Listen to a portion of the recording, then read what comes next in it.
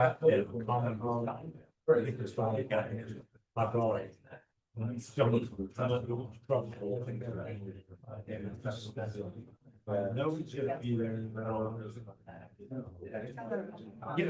know when it's there and I'll forget it, but I'll give you the camera. Either way, you'll be there at one time.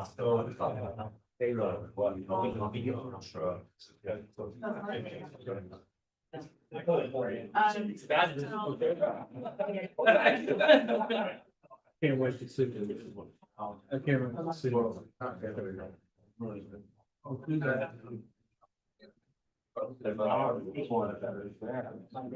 had a message from Cindy Downing that she was having trouble getting onto Zoom. Well, I mean, I just loaded it. It wasn't quite ready yet. Tell her to.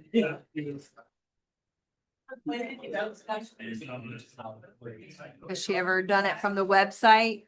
Like an Ancock.com and then just click Zoom. Thank so. We'll take care of it. We'll take care of it. I don't know when Andy's finishing back, but if I am, that's what I'll be. Hi, Les. Thank you. Hope it cools off.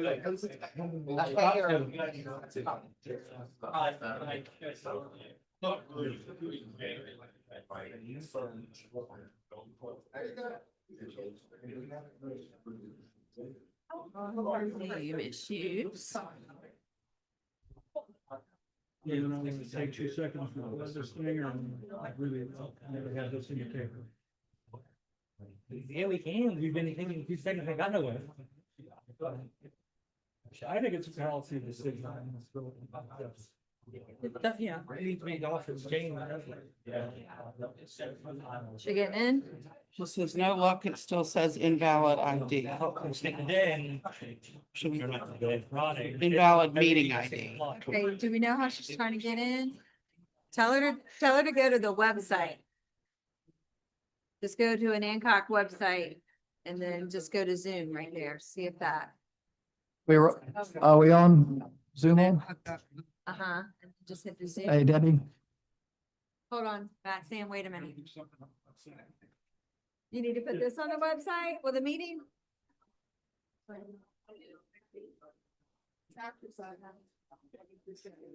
Wait, we have a problem with Zoom. Wait a minute.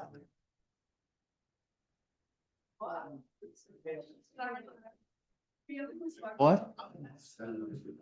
If you want to. Anyway, just click the little Zoom thing right there.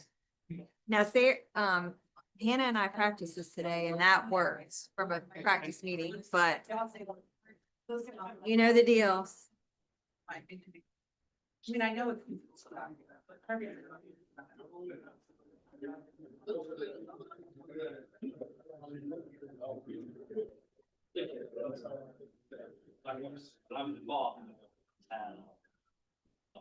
Spoke to Phil right out. Yeah, I did, but yeah, it's a little different. All right, let's roll. Yeah.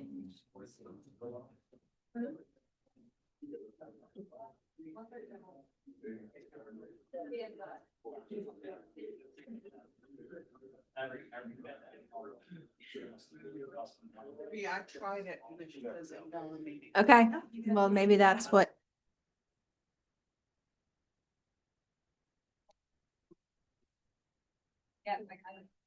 What are we waiting? Sarah. Are It we, should be working now. is the Zoom working? Are we set to go? Thank you. All right. Nope. Still says invalid meeting ID. Oh, there's somebody on there. It's joined. Okay, well, that's who was trying, so. Yeah. Well, there's somebody on already. I think we're okay. All right. I'm gonna call the Hancock June meeting to order.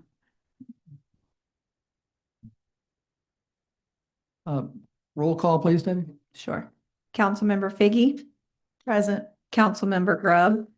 Here. Councilmember Holdren. Present. Councilmember Marino. Here. Councilmember Knox, Here. Mayor Foskey. Present. Okay, you have a quorum. Thank you, Demi. The Pledge of Allegiance. I pledge allegiance to the flag of the United States of America, to the republic for which it stands, one nation, under God, indivisible, with liberty and justice for all.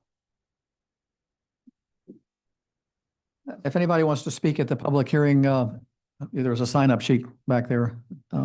Also, on a sad note, I have to report that the Charles Perry, our harbor master, died last week. I'd like to have a moment of silence for him, if we can do that.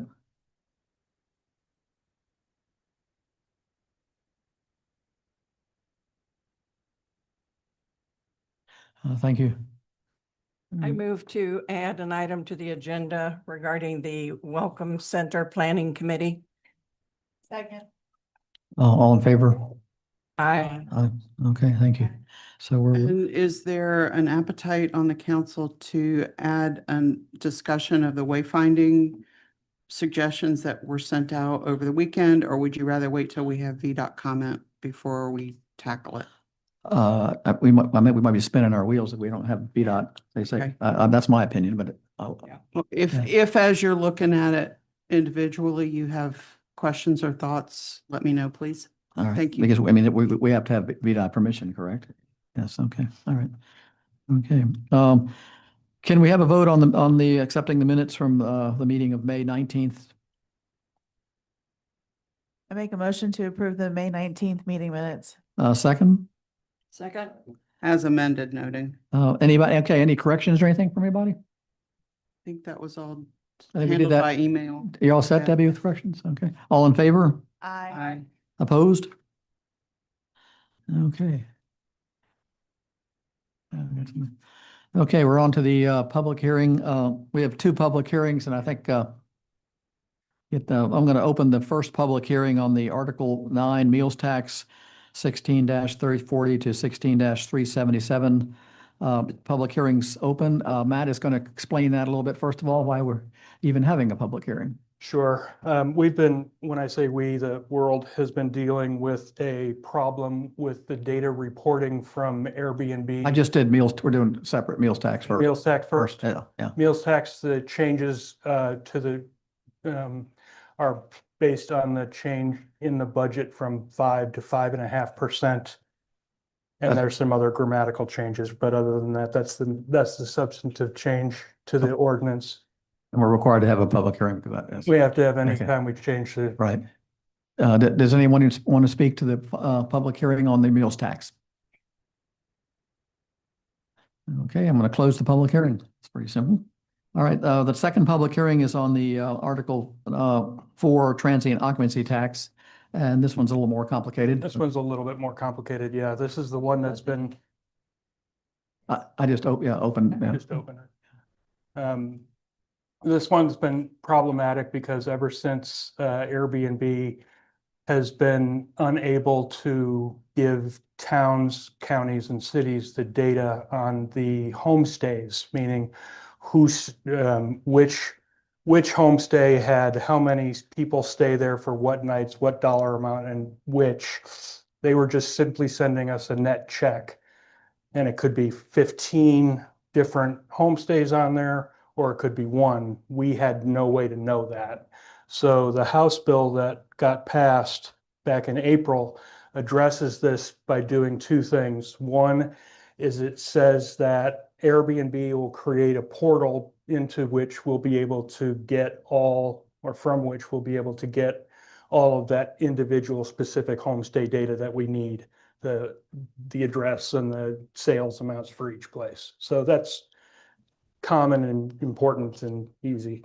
The second one is in exchange for doing that, rather than having them report as we do quarterly, they're only going to be required, the homestays only are only going to be required to sign an annual attestation that says we agree that the dollar amounts that we've reported through the last 12 months have been accurate and complete. So I have an attestation that we created for us that was actually created by the state. And I also have the change in language that were suggested by two different cities, one of Staunton, one of Charlottesville. And our county advised us that this is the language that would be best for us to use. So that's the guts of the change, is changing so that we have to use a portal to get the specific data for sales and tax. And they don't have to report quarterly, they just have to sign an annual attestation for the sales figures. So there's no changes, any rates or anything like that for, When we went from 5 to 5.5% Yeah, okay, right. as well. okay, So maybe I missed that. Okay. All right, is there any public comment on the transient occupancy tax changes? Okay, I'm going to close this public hearing as well. Okay. All right, we will vote on that at the in a few minutes. We're not going to discuss it first? We'll discuss it when we vote on it. Yeah, this is just a public hearing. Yeah. Yeah, I didn't realize we were voting tonight as well. Yes, it's on council action. Yeah. 'Cause I- There's a lot of cleanup that at Yeah. least the top one needs. Yeah, yeah. Yeah. A whole lot. We'll look at, but this was just the public hearing part. Okay, we have 3 public presentations tonight. The first 2 deal with the school.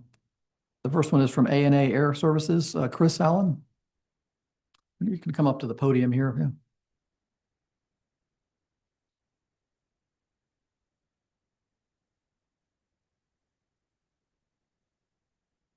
Fancy.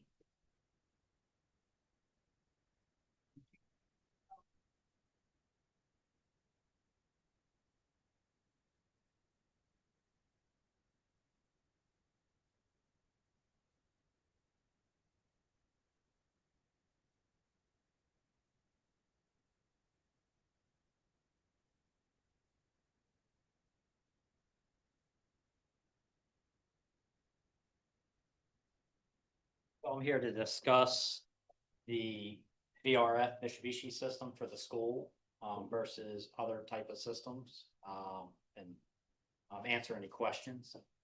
So first off is in the brochure there, we have some information pertaining to submittals for the equipment, which will be the outdoor equipment, the indoor units that would go into each classroom, and then the branch box, which is the heat distribution box.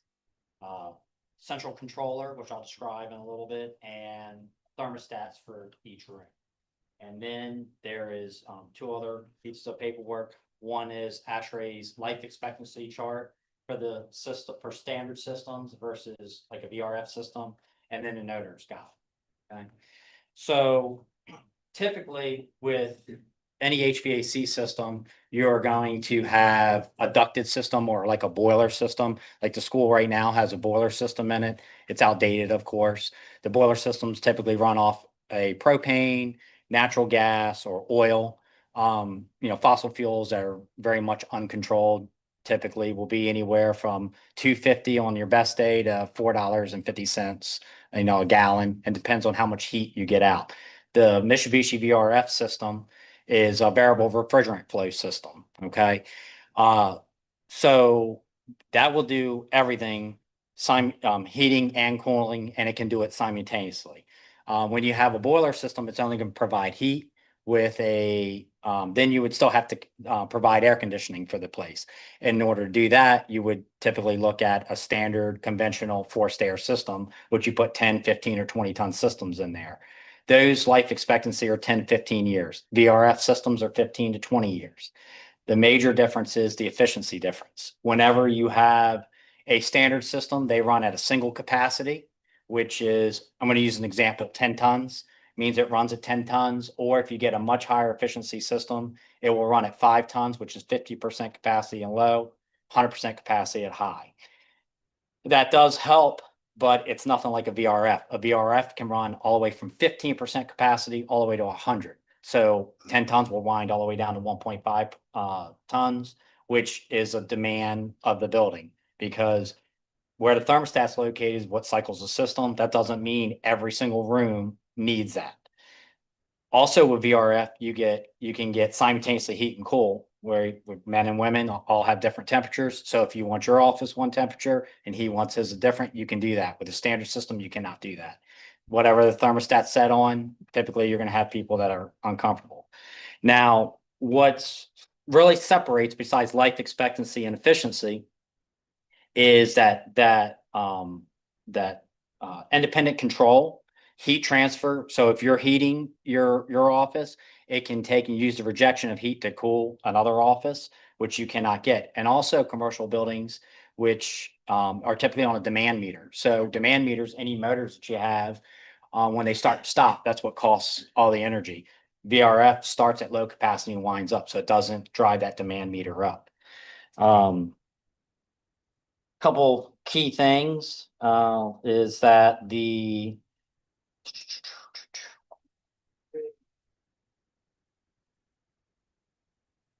so if you do like a standard heat pump system, standard heat pump systems would have to have like electric backup heat, which is very costly. It's only 100% efficient versus a system like this, which will come in about 300% efficient for every dollar you spend, which you get back out. And it requires a large electric load. So with the VRF system, they'll give full heating capacity down to about 0 degrees. So there's no electric heat backup for it, and you don't need electric heat for a defrost cycle like you do a normal system. The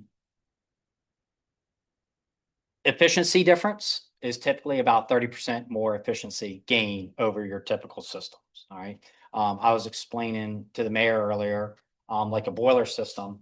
Typical large boiler systems come in at about a 65%, 75% efficiency. So for every dollar you spend, you're throwing out 25 to 35 cents out the chimney.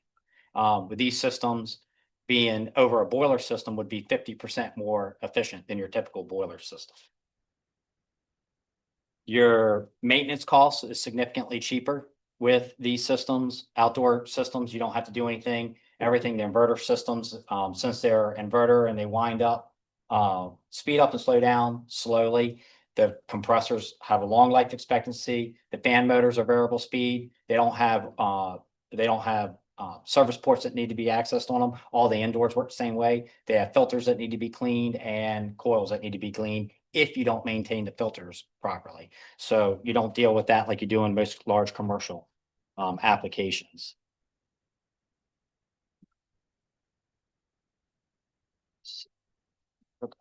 Other thing I had on this was controls.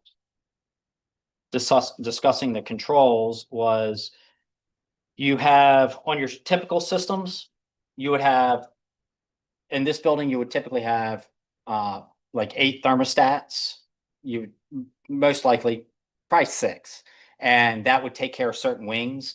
Now you can have a control in every office, so you can set the temperature where you like it, and then you'll have a central control. That central control can go into a master office that you can that person can take control of everything, set limits, heating, cooling, high, low, lock people out because some people constantly are messing with the system. So the controls are much more advanced and easier to troubleshoot because that master control can tell you everything that's going on with it. And then going back to originally talking about the type of systems, installation cost is also less expensive. Clearly, it's everything today is expensive, but it's less expensive because you're only setting your outdoor units, you're putting your indoor units, and you're running the VRF refrigerant lines, which are typically, take up about 1 inch of space with insulation. When you get in your standard systems, outside of the boilers that are already there and the piping's there, you have to put in a ducted system. And in this application, there's no space. So they got drop ceilings, they're very limited space. The basements already have restricted ceiling heights, and ductwork with sheet metal fabrication installation is very, very expensive. So you would probably spend every bit of, I would say, 60% more to do a ducted style system over a VRF system. And that's pretty much the key points to it. Warranty. Warranty on these systems, 10-year parts, warranty on them, which is in the commercial world is unheard of. When you get a commercial system, they typically come with anywhere from 90 days to a year. So much longer warranty. And any questions? Council? Yeah, where are you located? Selbyville, Delaware. Pardon me? Selbyville, Delaware. Okay. That's where we're located. And you would, you would do installation and service, I take it? You know, we cover about 2.5 hours. How many outdoor compressor or condenser units would there be? There will be 4. 4. I broke it up into sections for I redundancy. didn't read, yeah, just, So there's 4 of them. So basically, you'll have rear, if you're familiar with the layout of the school, the rear left side will have a system, the front left side will have a system, the right front side will have a system, and the rear right side will have a system. That'll give you some redundancy so that if there was a component failure, it doesn't shut the whole place down. any other questions? Would you have to remove everything that's already there now? That. So we will go in, everything that's there will stay. We'll be going in and we'll be setting the units, running new refrigerant lines, putting the branch back boxes in, and putting ceiling cassettes in each room that we laid out. Oh, so you can actually just add on to what's already there? Well, what's there will not be utilized at all. Okay, that's what But I'm we saying. don't Okay. have to. Oh, but you don't have to anything remove it. Okay, I got you. that's- Okay. Any other questions? Yes, yes. Right. Okay. Some of the things that are there now will get removed, that will not, that may be in the way or aren't required. But when you talk about removal of like large mechanical items that would not interfere with our installation, they would. You're not gonna take the boiler out or anything? No, okay, no, okay, yeah, that's heavy. Okay. That's right, that's correct. All right, any other questions? I think I heard backwards one of the things that you said when you were talking about feeding air from one space into another. Is it that if I'm trying to cool it down and somebody else is trying to warm it up, the That's- person trying to warm up could take my hot air and, That's correct. So okay, you're basically, not to get too technical, you're manipulating refrigerant pressures and temperatures. So when you are cooling your office, you're trying to take heat out of it and put it outside. Well, that heat leaves that. it's refrigerant- redirected. It's redirected to your office that maybe you want heat. Instead of wasting that energy, you can heat your office Okay. off of the thermal heat that she rejected. The way that I heard it was the opposite, and I was trying to figure I'm a how, little rusty. well, you may have said it exactly correctly, but it went in my head wrong. So thank you for clarifying that. Yeah, the installation process is much easier. The efficiency is second to none on all your other commercial systems. And the how comfortable it is for each person is where these systems shine. Because you typically, and I'm sure depending on whether it be here or home or other workplaces, that somebody's comfortable, but this person's not comfortable. I mean, we hear it all the time in my own office, so And- that's what's nice about it. Had another question. You said that the system would take care of heat down to 0 degrees. What happens when we get a 0-degree day or a string of them? So it has full capacity down to 0 degrees. It's actually, to be exact, it's -13. But 0 is just a general rule of thumb when we check the calculator on it. The system will still perform 100%, because the systems are designed where you put a 15% capacity up to 150% capacity, so they're actually oversized.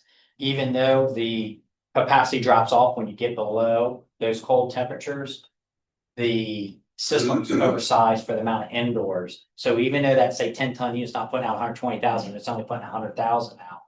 It's already oversized for the amount of indoors on it, so it won't interfere with that capacity. So if it gets down to 0, The place it is- would heat, maybe not, maybe you'd still want a sweater, but we wouldn't have pipes freezing. No, it will still heat. Is- So okay. if you were to maintain 70 degrees, because when we look at the sizing, we say, okay, it only needs, for example, 80,000 BTUs or 90,000 BTUs. That outdoor unit, to make sure we're getting full capacity, we'll size it for 120,000 BTUs, because as that temperature drops back, it reduces its output, but we need to cover the building load. So as that temperature gets colder, yes, it loses output, but it's already larger than the base load. You understand? It might be a little confusing. Adequately, I think. I'm not ready to take a test, but that helps. Thank you. Okay. All right, thank you very much. Okay. Have you already been to the school and looked at it and came up with an estimate for what it would be? Yeah. And two, do you have a business card? Because my central air is messed up. I do. I got Thornton coming Thursday. I'm gonna- Okay. All right, thank you. Okay, thanks so much. Appreciate it. Thank you. All right, the next National School United Roofing, Tim Brooks. Evening, everybody. Thank you. Good evening. We'll let him pass his stuff real quick.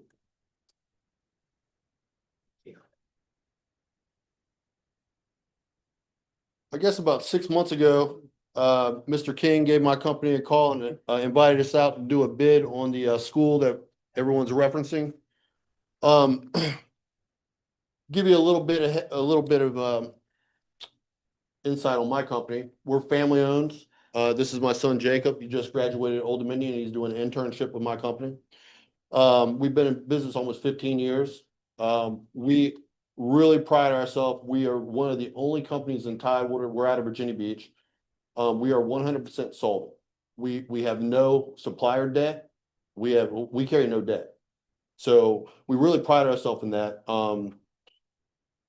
From a couple different aspects, for cities like yourself, we can supply lien waivers to protect yourself from suppliers, material handlers, our laborers, so on and so forth.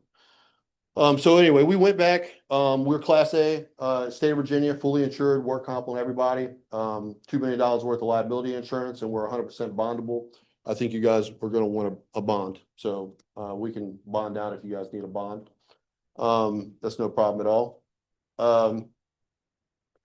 Getting into it, we went out and we assessed the roof. The roof that you have out there right now, it's at the end of its life. It's a built-up roof system with a silver coating on it. Does anybody know what I'm talking about? No. Okay. So basically it's a rolled roof. It's several plies. If you were to think of a shingle, they make them in big rolls.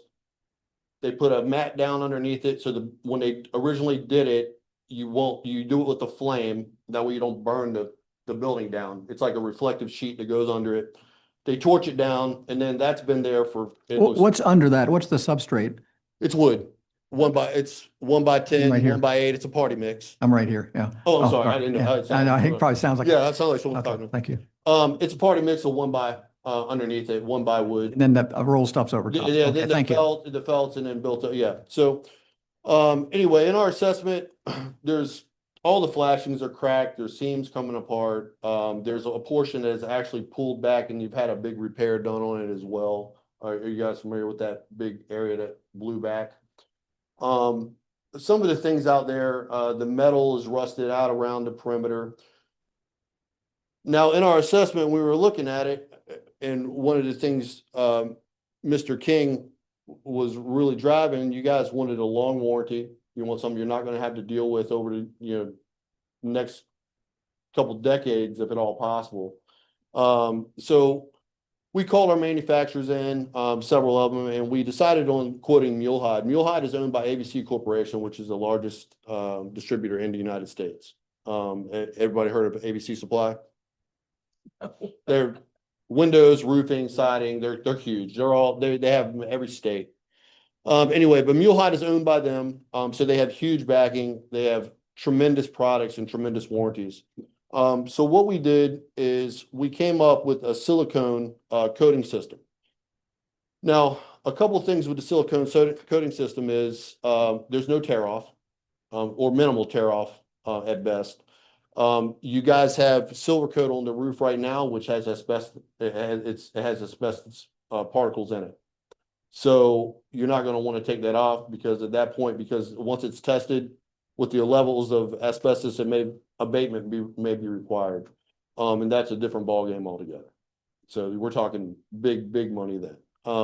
So we're trying to keep the money down, the price down, and give you guys the longest life possible.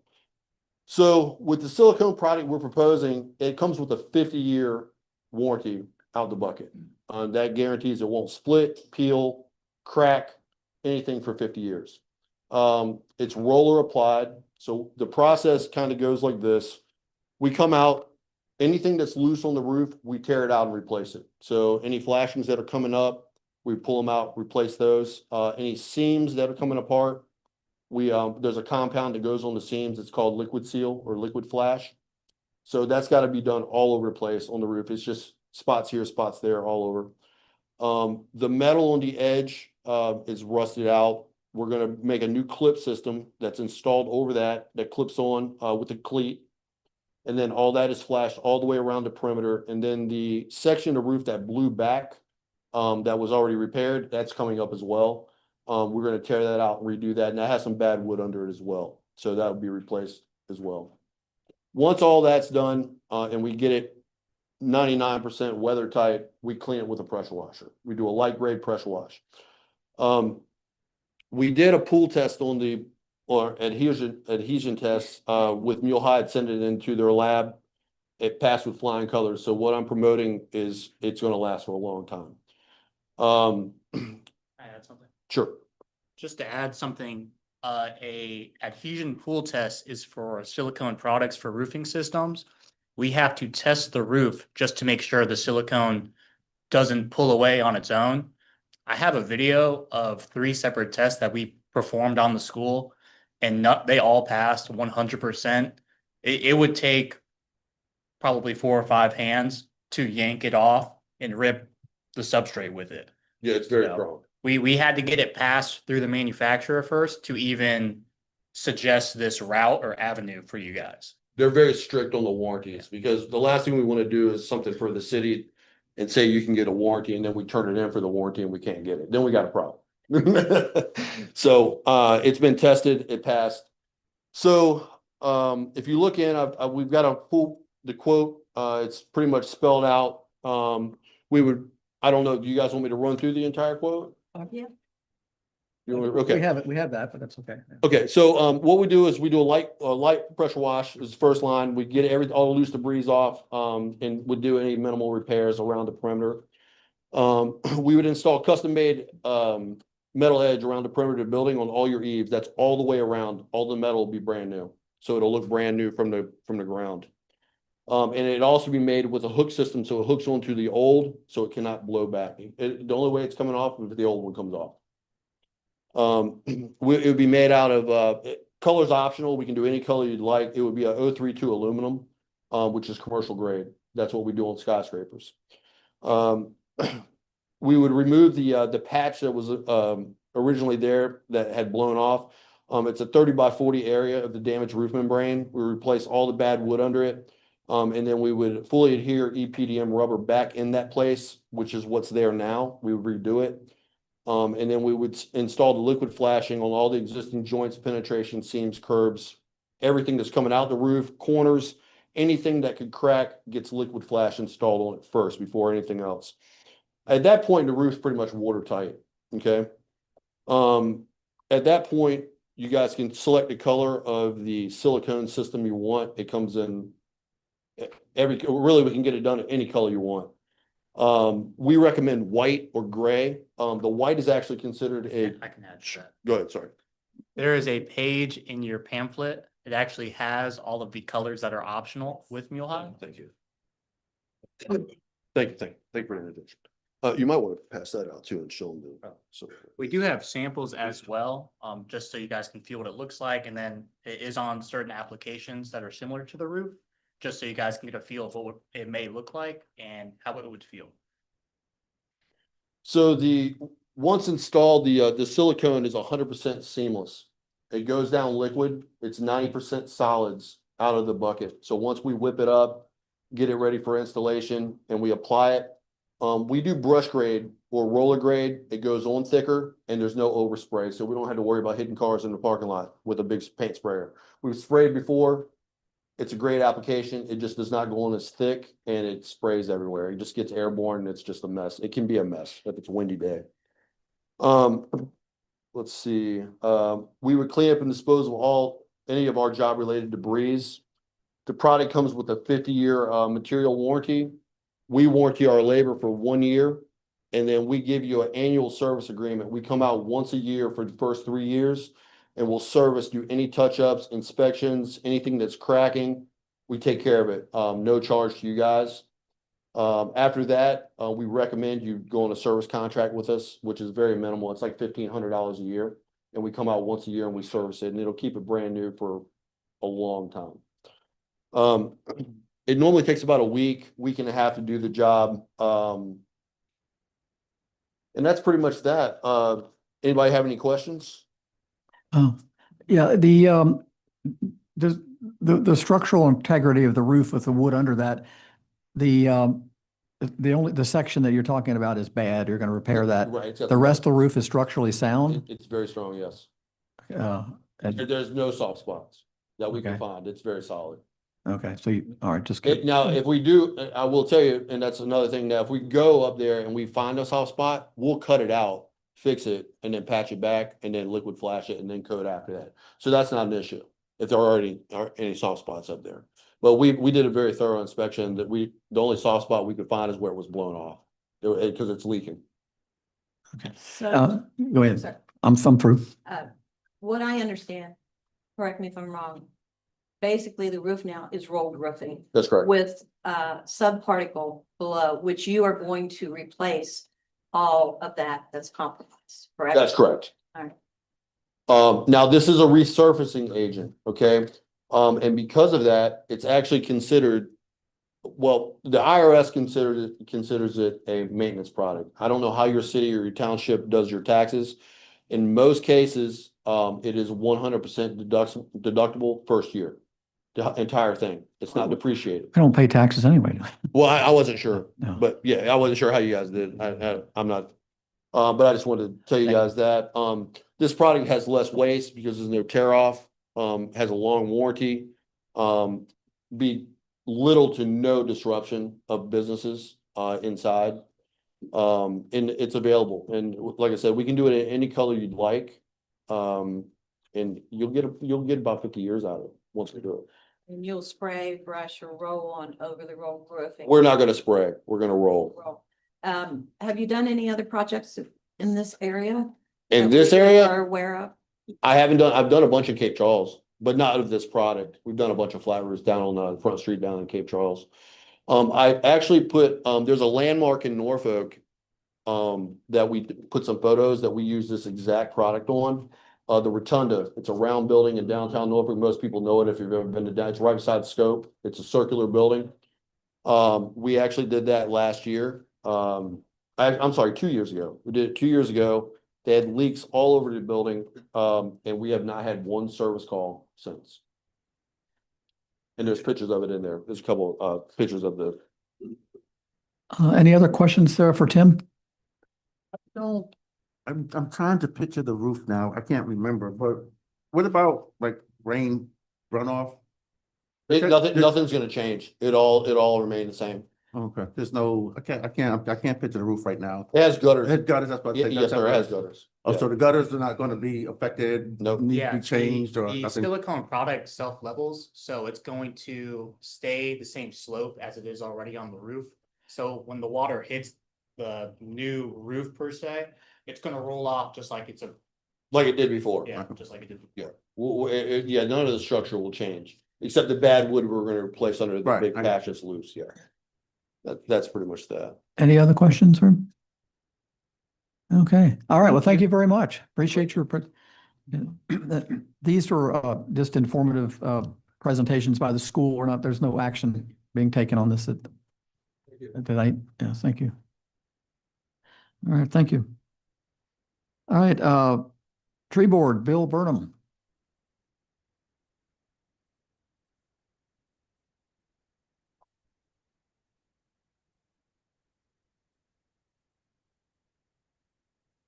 This, am I clear? Okay. Yes, thank you. Bill Burnham, Onancock Tree Board. The tree board has been meeting since May, and we've been dealing with two primary topics. And the one I'm here to speak about today is the town square. and a refresh, as we're calling it. I did want to also mention, though, for the public in general, on Wednesday at 9 o'clock, we're having like a volunteer cleanup effort at the wharf. So if you want to get dirty and pull some weeds, come on down and help us there. But really, I had supplied okay, so the town square project has basically two elements. One of them is already budgeted, I believe, and it's for irrigation and lighting. And the lampposts have been chosen. What we're dealing with this design is figuring out where future gardens may go so that we don't have to pull up irrigation or change any kind of electrical work. So that's why we were actually dealing with a master plan versus just put stuff in there. So I wanted to go through this design.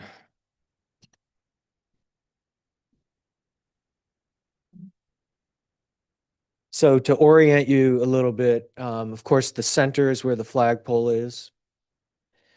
To the right is the gazebo, and that's also the King Street side. So that's how I'm going to refer to it, is the King Street side of the park.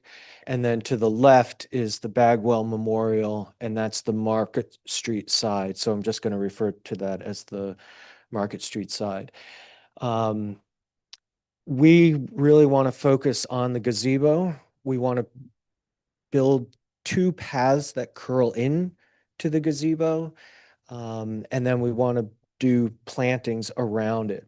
And to give you like a frame of reference, 1 inch is 8 feet. So we're looking at creating an 8-foot minimum garden around the gazebo. And that's important because it's not for what we're going to be planting today. It's going to be for what the plants will look like in 10 years.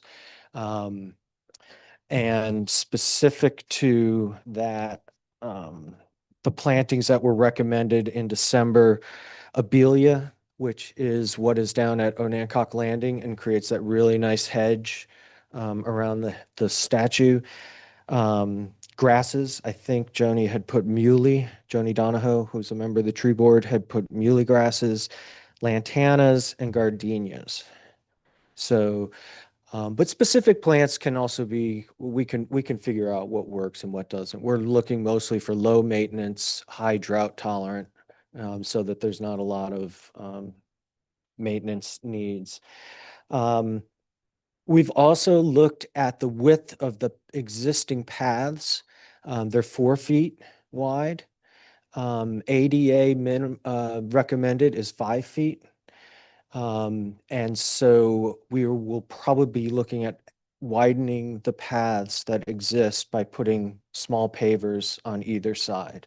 And it adds a kind of like a nice element to it.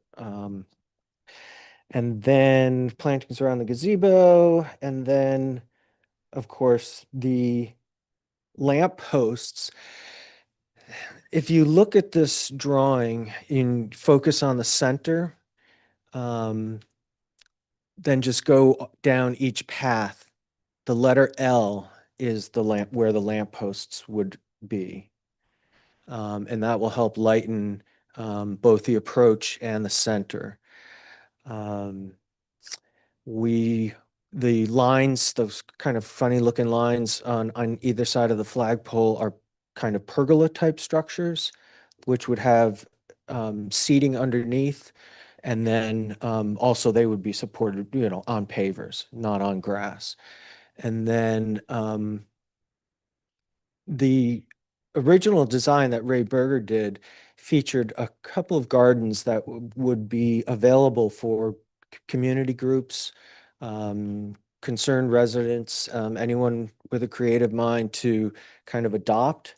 And that's immediately to the left of the circle. And then we are also going to recommend a large shade tree. So if you start in the center, you've got your creative garden, you've got a shade tree, and then that last circle is the Bagwell Memorial, which is existing. And then the final feature would be the corner gardens. We've decided that we only will build those corner gardens inside the pathway, not on the outer side. And of particular sensitivity are some of the two crepe myrtles on the King Street side, one of which has a memorial to Star Mason, a former mayor. So we want to preserve that. And they happen just to be the two most mature, well-established trees. So I hope I've explained that.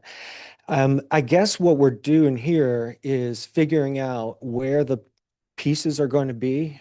Again, just so we can say, put in the irrigation, put in the lighting, and then we can build out and we can debate and talk about other, what kind of plants we're going to build and that sort, or put in and that sort of thing.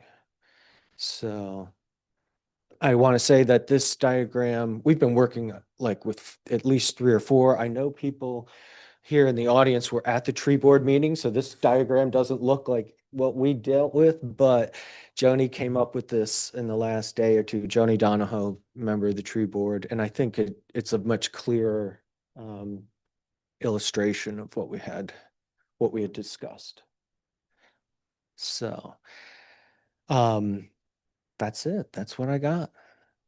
Do I have anything else? Do you have any sketches of what the pergolas would look like either underneath or from the side? I'm No. having trouble picturing that. Right. We actually don't. And in part because it's not budgeted. And so in order to actually install those, we would have to come back and give you a very comprehensive look at what we were asking you to pay for. Because But it seems as though visually it would be disruptive of the focus on the gazebo, or has that potential. yeah, having sat in that park the last couple weeks, it is hot. So some kind Granted. of shade feature is important. We do recognize that the gazebo is a focal point. It will stay where it is. We'll curl 2 paths into it and make an apron so wheelchairs can get up into it. So it'll be ramped up into it instead of the steps. Yeah. And then we recognize that people want to be able to stand or sit around it to watch a band concert, to watch a wedding ceremony, take prom photos and that sort of thing. The pergolas would potentially kind of disrupt that. But I went down today and measured 8 feet off the center circle and put in a couple of surveyor flags. So if coming from this meeting, if you wanted to go down and look at it and see what the footprint would be, I've kind of marked that out. I just picked 8 feet randomly. It could be 10, but that's the space that it would occupy. I think in defense of the pergolas, it would make the park much more hospitable for people, families.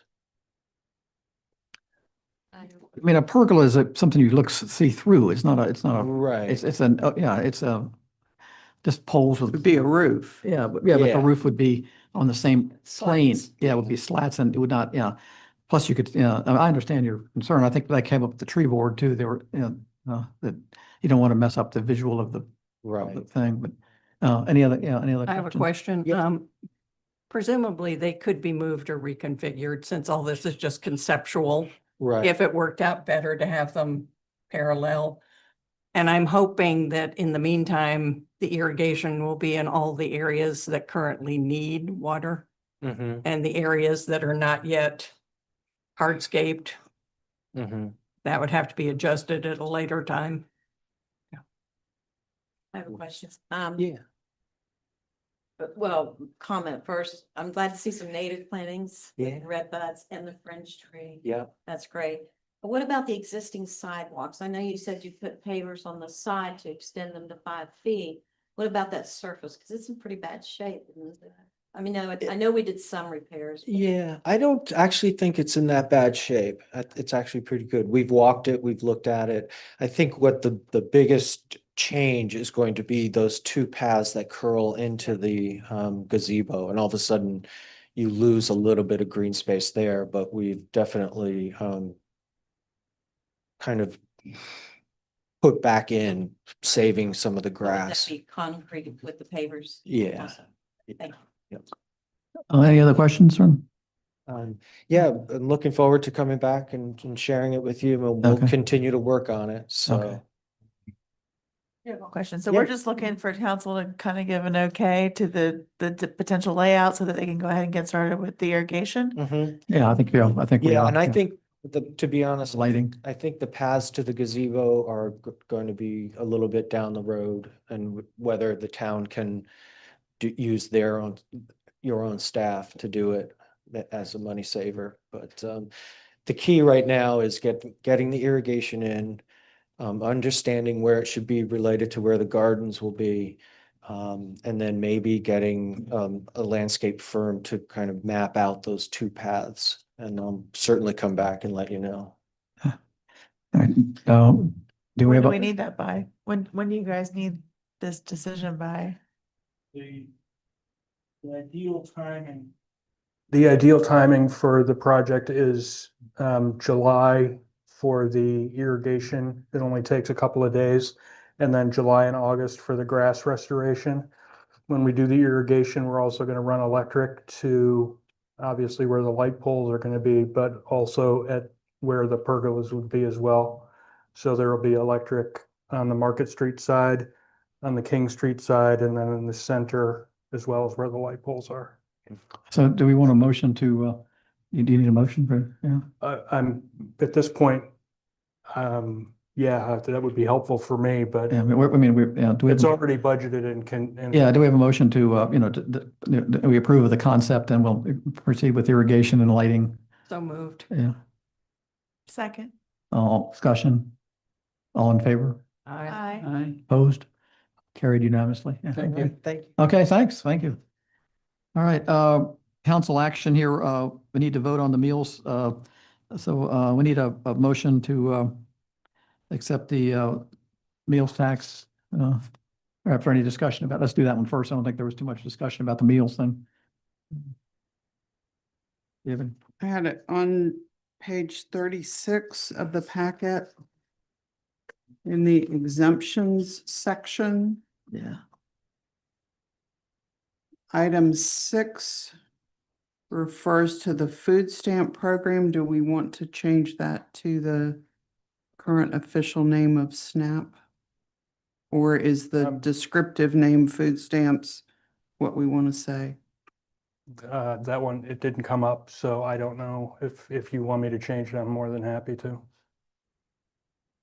I just don't know what the, You look into that, yeah. yeah, I mean, I'm happy to. Supplemental Nutrition Assistance Program, I think. I know the acronym is SNAP. Well, they don't pay for prepared meals, so that's why they're exemption. That's why it's. Right. I mean, I'm not arguing about Yeah, the yeah. exemption. I'm just trying to describe it as accurately as we can. And then in the next item, Yeah.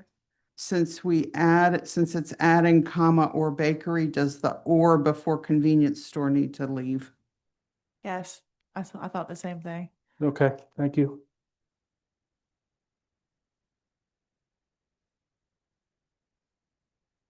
Got a comment on the same page unless you're still going through. No, those were the things I saw.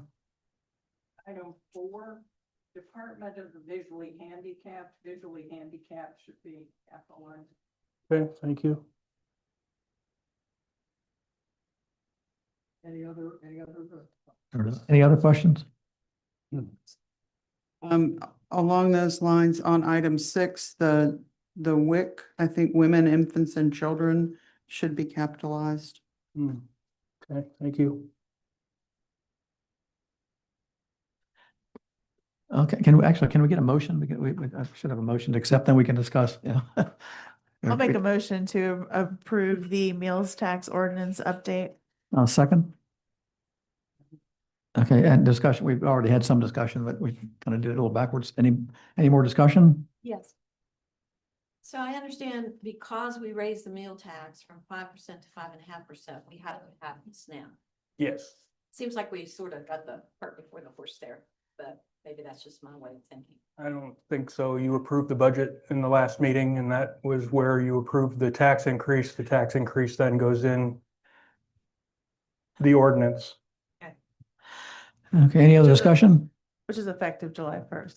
Right. Any other discussion? Can we have a roll call on this? Councilmember Fegi, Aye. Councilmember Grub, Aye. Councilmember Holdren, Aye. Councilmember Marino, Aye. Councilmember Knopf. Aye. Motion carries. Okay, all right, thank you. Okay, now the transient occupancy tax ordinance. Let's get a motion to approve that and then we can discuss. I'll make the motion to approve the transient occupancy tax update in our code. Second, Second. okay, now questions. Yes. So we have to start with, Because I know you did you took some stuff from others, you gotta fix Stanton and under accommodations definitions. And one other thing I also noticed between, Accommodation differences, help me. it's under page 27, the definition for accommodations. Town of You have the Stanton. town of Stanton. Oh, yeah, offering okay. fishing. The other thing I noticed when I went through it was we've struck through a lot of our own definition language, but some of it is exactly what's in this as well. Right, it was just literally a Okay. copy paste. Okay, And that's what the county sent us to copy paste. okay. you got anything, Julie? Wait a minute. Is this I'm- just for Airbnbs or is it for any homestay? Any, Any homestay. including bed and breakfasts. It's any transient occupancy tax. Any transient Yeah, occupancy right. tax, yeah. Any other, And is this a result of legislative changes? It was the House bill that I had mentioned at the beginning. I got a question. All right, can you just explain to me one more time, just what is this? This is for all the Airbnbs, they have to report. They have to report sales, they have to collect taxes and trust for the town, and they have to remit those taxes to the town at the end of each quarter. Now, is that because they're in town? Or Yes, that's just, yeah, it's the only place we That's have any not authority. No, that's fine. that doesn't say exactly what's going on? And Omar, just so you know, all the towns and the counties all do this as well. This is not Statewide. just, yeah, this is statewide. Yeah, yeah. it's a 5.5% tax on the, retail. Any, go ahead, Sarah? Yes. First question, Matt, is in the PowerPoint report at the beginning. Ooh, I didn't prepare that, so. Well, I will put- I think I know the answer, but I want to check it. There's a lot of reference to CORs. Is that Commissioners of Revenue? Which we don't really have. Thank you. I'm just trying to be Thank you. sure I'm, Yeah, the same as the treasurer, which you do have, so. okay. Okay. On page 27, I had the same question Joy did about whether all the services are gonna have to do this reporting, or is it strictly Airbnb? So thank you for answering that. Well, Airbnbs are gonna have to do the attestation. And when I say Airbnbs, I mean homestay. Okay. Okay. That you- So the we're- Airbnb we get money from two sources, basically. It's Airbnb and Booking or Expedia. So those are two companies, and then all their affiliate companies are all those online travel agents that you see on TV. Those two are what we're going to be able to collect the data for specifically right now. Right now, one of them, Expedia, sends us the detail without having been to go through legislation. Okay. Airbnb required the legislation, but they said their customers or our Airbnbs would only have to sign an attestation rather than do our quarterly reports. Okay. But the attestation is just saying that they're doing all of their sales Yes. through that. Now, if they do some through there, some private booking, they're required to submit their private booking information per our code for That's that. exactly right. Yes. So if you're not using a platform, you have to submit it quarterly. Yes. Right, okay, thank you. Okay, thank you. At the bottom of page 27, it mentioned Charlottesville. Oh, this again, that's the footer copy. Thank you. Yep. Oh, I got it. On page 28, near the bottom in the definition of treasurer, the treasurer of the town of insert, comma, Virginia. Yes. I didn't know about that one. And then Dear Charlottesville. in the section below that, the 2 paragraphs below that, everything but the word town is struck through. So were we really keeping the word town out of that? Or are we striking that as well? The very last full I line. see what you're looking at. I believe it's going to be stricken as well. Okay, thank you.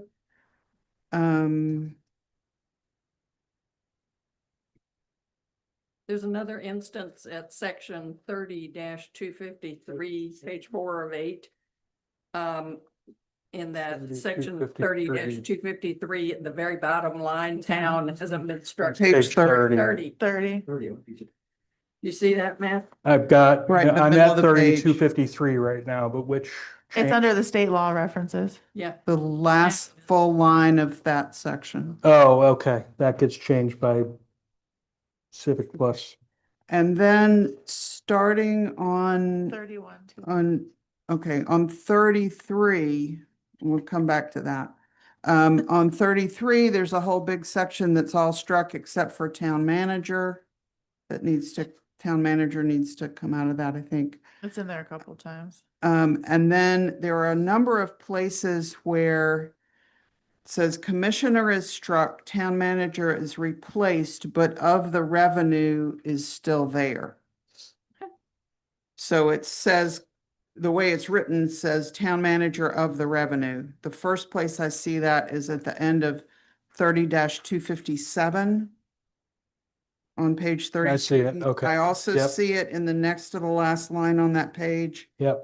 259, and I see it in 2 places on page 34 in paragraph A, second line, and paragraph B, first line. Got it.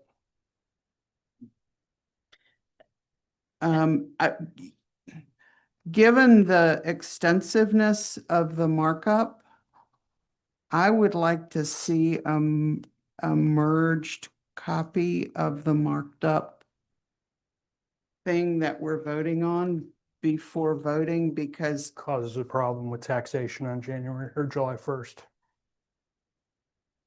We're talking about having a special meeting to interview candidates. Oh, that would work fine then. Give us a reason to do that. Yeah, I don't know when that would be, but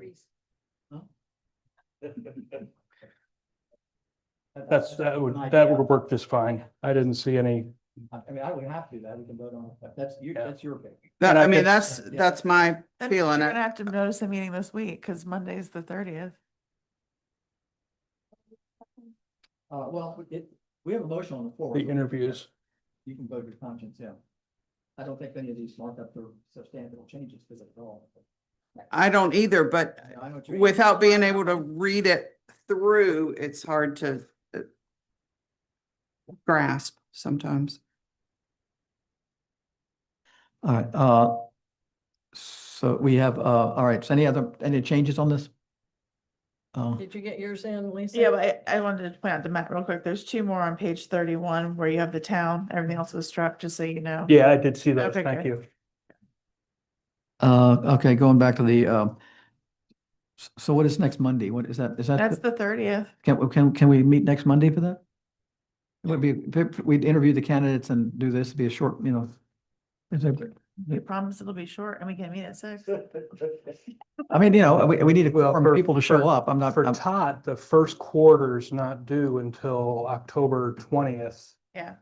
Yeah. So we actually do have some time for Tot to change. Oh, that's this right, we're doing ordinance, Tot. because We we can, adopted meals. we've already adopted Yeah, meals. yeah. we already Yeah, adopted so it's meals, not- so. Well, okay, then it's not an issue then. Right. Let's, We all can right, just we put do have a it on the motion on the agenda. floor, so, if you're comfortable with it as it is, we can just, vote on it now. So, any Well, other? well, I guess I'm confused. Are we tabling the motion for now to review Not- it Not again? unless you want to withdraw your motion. She's suggesting that. I'm floating that as an idea Okay, to see how others feel. I'd like to see a clean copy too. okay. All right, who made the motion? I made the motion. You're going to withdraw the motion? I would be happy to withdraw the motion.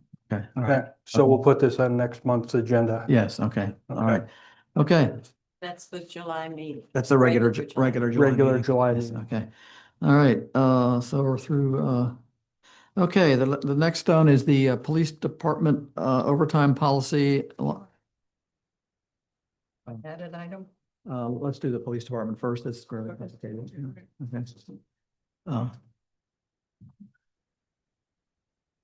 So I can try to explain this. I thought Chief was sitting next to you. He said, I'll be right back. There he is. Great, excellent. This subject can sound very convoluted, so I tried to write it as clearly as I could. And I'll try to describe it as succinctly as I can so that we don't get too deep into the weeds. But we, as a town, have received a grant from the Department of Motor Vehicles for years called the Highway Safety Grant. And the Highway Safety Grant is given to us when we perform the services that align with the state's traffic enforcement goals for that period. So whether it's DUI checks or whether it's speed checks or whether it's, whatever it is, okay. So we get paid or reimbursed rather, I'm sorry. We get reimbursed for overtime dollars that we spend when we perform the service that aligns with their goals. Are we good? Okay. When we set our policy in personnel, we set a policy that says that the police officers get paid overtime when they've worked 80 hours in a biweekly period. And that's typically it's 40 hours a week, but officers have different levels of coverage, so we do it biweekly for them. So over 80 hours worked in a pay cycle, they would be paid overtime. A few months ago, we realized that our payroll system isn't allowing us to pay the officers an overtime rate when they don't work the overtime hours. And what I mean by that is the officers were working the highway safety tasks during straight time. The DMV reimburses us at an overtime rate, but we were only paying them straight time hours. So we had to jiggle the handle on the payroll system. And finally, I just said, we've got to get clarity on how this is supposed to be happening exactly. So I spoke with the people at DMV and they said, we meaning DMV should be following your policy for overtime, which was set at any hour worked over 80 during a pay cycle gets paid overtime dollars. Any hour worked under that is straight time. Right. So, and I'm going to ask Chief to describe the working under, thank you. Working under 80 hours, but I know he's got his thoughts too. Do you think that, I'm not sure whose mic is hot, but no. Do you think I described the grant and the issue with overtime clearly enough to have a conversation about our policy regarding the police overtime? Yeah. I feel like I'm missing a piece still. Okay. Which part are we missing? Where the issue is coming in, where, Yeah, the issue is coming in that we are being reimbursed for overtime dollars, but we're not working overtime hours. Does that make sense? It's violating our internal policy. You're using the over 80 pay rate for the under 80 pay. And that's where Chief, Yeah, but somebody please turn that off. I don't know how to turn it off. It's not me. Is it me? Is it those two? it might be Yeah, those it's- two. I think those are too close. Here, do you want to just try this? I'll walk up there. Oh, okay, all right. It don't matter. So is it if there's if part of the 80 hours that's the basis before the overtime is a holiday or a sick day, is that a factor or is that not part of it? See, everything's a factor. More, honestly, more or less, the grant stipulation is anytime an officer works this grant, he is overtime, or she is overtime, period. I don't care if it's the first 10 hours of the pay period, the middle or the last. They could be off for 2 weeks. If they come in for 1 day and work the grant, they have to be paid time and a half. What That's- specifically is the grant, Eric? It's highway safety, traffic. I understand, but specific things that they do in that? Well, we do, ours is not for DUI, there's different levels. Ours is seat protection, child safety seats, adult seats, and this year they rolled traffic into a whip hit. So it's, speeding, I'm sorry, speeding. So we cover both now. And what we've done with a grant in the past is it helps give us coverage because they're not patrolling, they're doing traffic, the call comes in. They come off grant and go on to the towns, wherever pay level they should be at that time. So if they're not in this 80 hours, they are paid regular time. But why they handle that call. And once the call is done, if they're able to switch back to the grant, they go back on to grant for the overtime. And it's 100% reimbursed. And So that explained, it. I mean, that was as clear as I've ever heard that. How much money are we talking about here? it's usually per year, it's usually around $8,000, 8,000. I can give you a Total or per person? total. Oh, we're not, so other towns do this the same way? All other agencies on the shore is doing In exactly the same way? it. Okay. How many years ago, it used to be you could set the level, they said, no, it's illegal, you gotta do time and a half, we want time and a half. Yeah. And that's what they did. To help you fathom how much this grant has helped the town and us, since 2018, we have You can feel free. been given $48,600 for the grant. And we have worked over 1,300 hours of overtime, and it does consist of 45% of our traffic summary. When the officers are working the grant, they get time to go to, we got locked up on some Kerr Street. They don't spend their whole shift there, but they go to Kerr Street and spend more time. And that's what the grant's used for. I mean, that's what it is traffic enforcement. We can do safety checkpoints. Do not do DUI checkpoints because the judge has to approve all that. But we have never been denied our refunds. I mean, I've done the grant for 25 years. I can pretty much do it my show. So the problem is that for some reason, all of a sudden it's come up that we're violating our internal policy of Yeah. paying overtime for less than 80 hours. Yeah. But we've been doing that since you've been here. Yeah. The policy went into effect,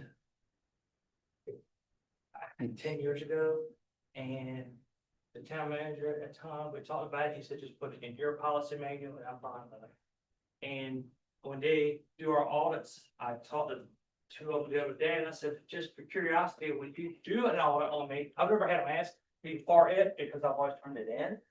But if you actually come looking for it, where would you look? He's like, your police department policy manual, not the town. Could I just comment, because I was intimately involved in developing the town personnel policy, that at the time, I didn't know that the police department had their own personnel policy. And to my knowledge, this was never discussed as part of the discussion about overtime. Yeah. We didn't know. Yeah, most of our policies besides this, actually this one, don't have nothing to do with us. It's like how to handcuff somebody, how to transport them, that type of stuff. This is the other one that is actually an issue. But I think you're asking us to maintain the status quo the way you're doing it now. You and your officers prefer it that's this way. Well, That's you're asking. yes, Well, we're putting more the officers are getting more money in their take home, yeah. and Right. also, see, if the pavilion gets up and going and they have a big group there and they want just an officer there and they want to pay for it. When they go there, they're working for us, but they are also being paid by the pavilion, which is a big deal. And if we stick to the 80 hours, we can't pay them time and a half. I missed that one. Run that by us again. You pay time and a half no matter what. If, say the pavilion wants an officer there for an event, and we say, no problem, that's gonna be time and a half. The problem falls into if that officer's done 40 hours that week. He's not in the time and a half yet, because he's still working for us, so we can't charge a pavilion time and a half. for the current officer. So what would you suggest we amend our personnel policy to be? You could actually just, most towns I looked at, they just added like a special circumstance section. I actually got one right here that done up. And that's all they did, this special circumstances falls into the police department's overtime policy, if it's grant funded or somebody requested extra duty, is what they call it, for an officer to be at the pavilion. Which in turn, our policy would say more or less, to sum it up, is that they're paid time and a half.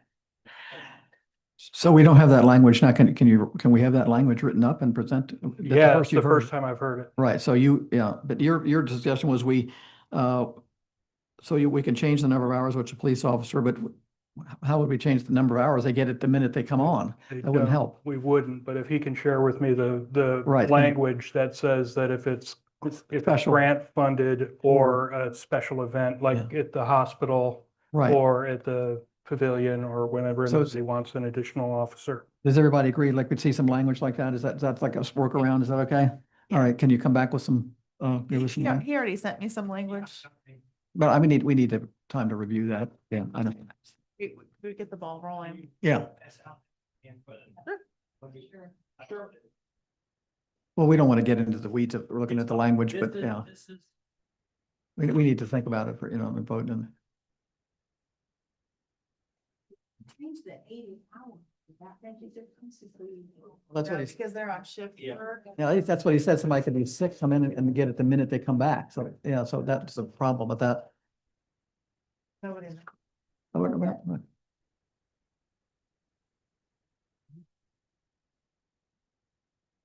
Sounds good. Got this. I'll make sure I got nothing either.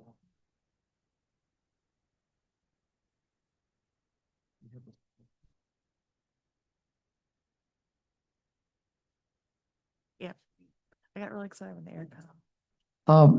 Got really excited when the air. So what council wants to review this and vote on the next meeting? I mean, this is a lot. We don't, this is a lot. Yeah, we need to look at, let's look at, it and we'll recommend, we'll have a personnel committee meeting and look at this again. So Is Eric, the one on top that says current policy, is that what you're recommending? Okay, is the requested amendment, and that's what you are requesting to go into the town's personnel manual, Oh, okay. as opposed to saying something like, please see the police, you don't want to, police departments, okay, and that's your preference, Matt? It is. Okay, Now, okay, I just, I looked in from the accredited agency, which they give us the policies to. It probably will not happen, but the actual provide us policies for everything. So I'm looking at trying to get the policy in a minimum. Okay, all right, thank you. thank you. Okay, we'll take this. All right, council discussion, we don't have any, but we do have, we need to decide about, the vacant council seat. I didn't see that on the thing here, how we want to handle that. So we have, 3 applicants for the new, no, one dropped out. Yeah, so the Bob Spoth, Jeff Dakin and Ashley Pettit are the 3 applicants. They got their applications in, Friday was the cutoff. So council needs to decide, I think the initial intention was to interview the candidates. And, so we want to do, if the time for how you want to handle that time frame. That's my preference. I'd like to, I mean, not everybody knows everybody. No, I think we want to, I think we agree we want to interview them. Do we want to wait for I a think we month? should do it, no, I think we should do it in short order. The 60 days from the date the seat became open Yeah, ends July 18th, which is a Friday. well, we won't have the July meeting, won't be in. Can't So wait. if in order to go by that guideline, we would need to have another meeting between now and then. Well, the last time you all did this, when you placed Paul on here, you had a special meeting, interviewed all of us, and then you came back out and voted. Yes, correct? I think Yeah. that would be the Yeah. way it would work, yes. Okay, I'm just asking how you want to handle I that. thought that process went. Okay, fairly that's fine. smoothly Is for that- at least Everybody agreed me. with that? All right. Everybody on board? So we need to schedule a time. Is next Monday, is that a problem with anybody? I'm probably going to be out of town. Okay, so we don't have, we can do this on, if you don't want to come up with a time now, we can do email. Well, there's 2 more Mondays before the The Monday before- after the 4th, we could do the the, 7th. The 7th, I can 7th? do that. That's planning commission. Oh, right. well, the plan, yeah, okay. How about Does that have to 14th? be a Monday? No, it No, doesn't have to be a Doesn't have to Monday. be Monday. I'm actually free the 1st and the 2nd. Oh. And the 3rd.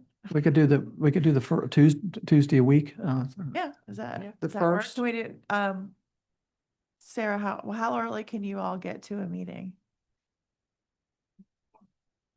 Yeah, 6 or 7, which, 6? 6, okay. We got, 3 people or candidates are here except Ashley. I don't see Ashley. Ashley's not here. Yeah, so, we do have to have, they're somewhat available. So we're looking at next Tuesday a week? So you guys do, So the 2nd, Bob? the 1st, The the 1st at 6. Jeff? You're here? Okay, I'll talk to Ashley. We can, hopefully. All right, so 6 o'clock on the, so we have to advertise that in the paper? Okay, And then if 6 p.m. July 1. yes. Here. Yes. All right. Okay, that's it. All right, committee reports, planning commission? Oh, I'm sorry, yeah. Go back, yeah, we have, add item about the, you go ahead, I'll turn it over to you. Okay, it occurred to me that for the Welcome Center, we don't have a town council representative now since our previous town council representative is no longer a member. So we need to select someone.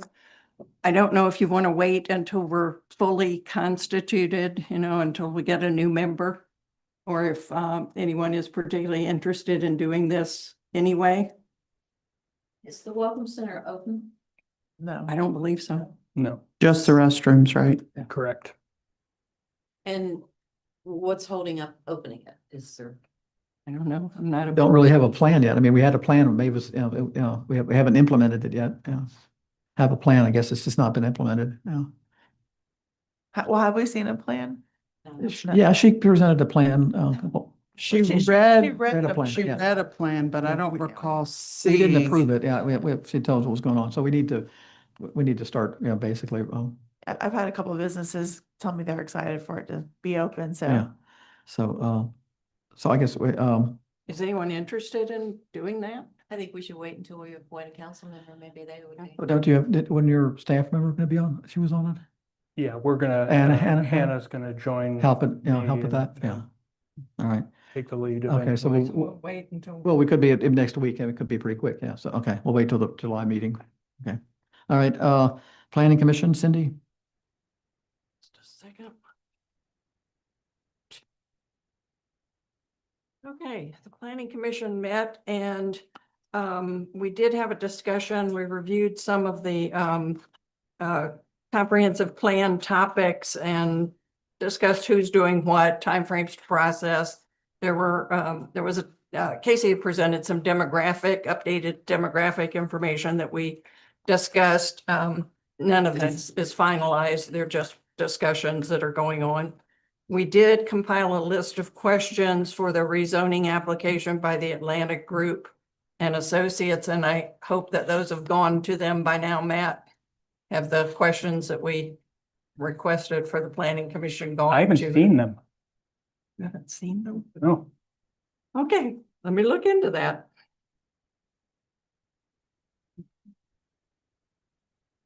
It's a good thing we do these reports, huh?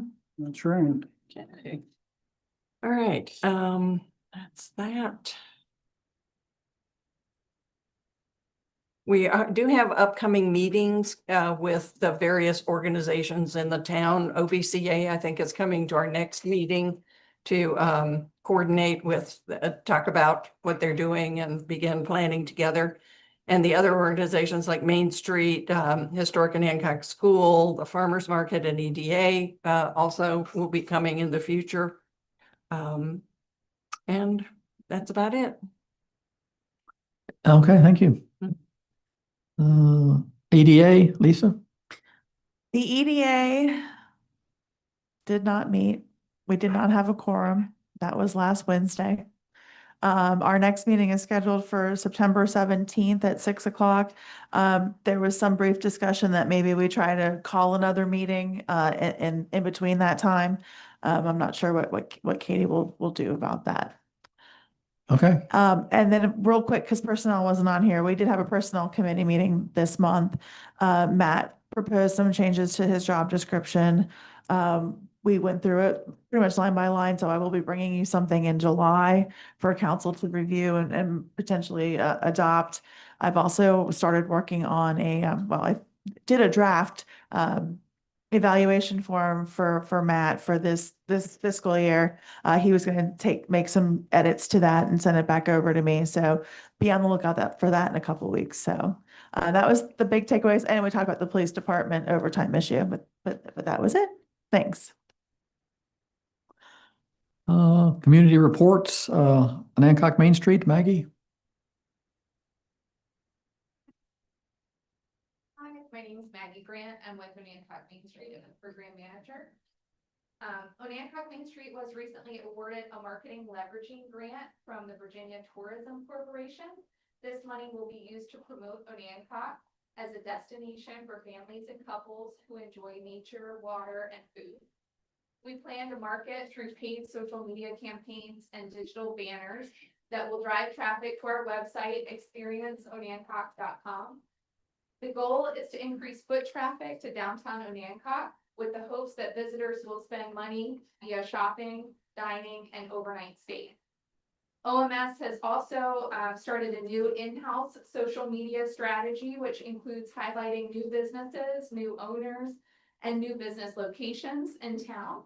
And we'll continue to post about 50 businesses and the things to do and see here in Onancock, as our mission is to make Onancock a place where residents are proud to live and visitors want to return. You can now find our mission, vision, and strategic plan on our website at onancockmainstreet.org. Any questions for Maggie? Okay. All right, Historic and Hancock School, Sarah. Are you doing it or is that? I think I'm doing it. Yeah. The biggest thing is that, drum roll please, the certificate of occupancy for the pavilion has been granted.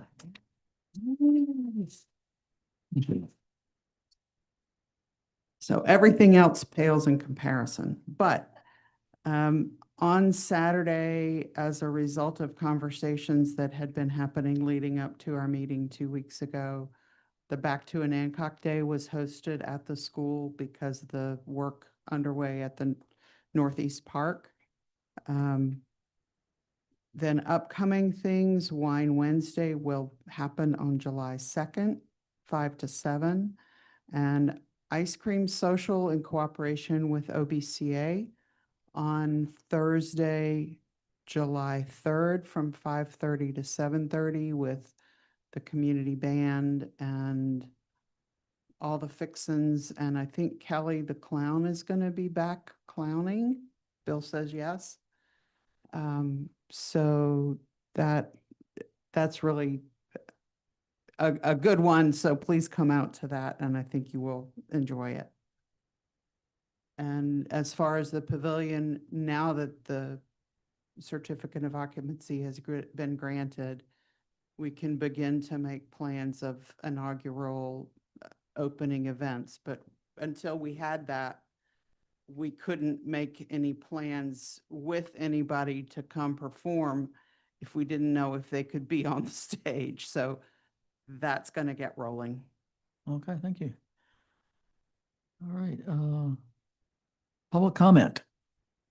First one is Javon. Good evening, everybody. I just came back for the introduce myself again. I've been here a couple times before.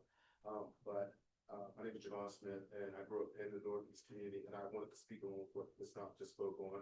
This past weekend, we were able to host our Bringing It Back Home to a NACOP reunion, which of course we didn't have in the Northeast community because of the construction that's being done on the basketball court. So we wanted to graciously thank the Friends of the NACOP School for allowing us there. We were able to host probably somewhere around 300 to 400 people there. We fed everyone. We had bounce houses for the children. We coordinated trash pickup. We had games, music, and we were there from about 12 o'clock to about 7 o'clock p.m. And I just kind of wanted to speak to what this event is and what it means to us in the Northeast community. Everyone that was there was either born in Hancock, born and raised in Hancock, and everybody has moved on all around the states, Florida, Pennsylvania, Atlanta, Texas, and North Carolina. And what we started about 5 years ago was just an invitation for everyone to come back home and to celebrate the community. And we do it kind of reunions, family reunion style, old school family reunion style, where we come in and we just host everyone in the community. And what we plan on doing is making this event bigger and bigger. And I just kind of wanted to just highlight that, just what it kind of means to us. And we thank the school for their support.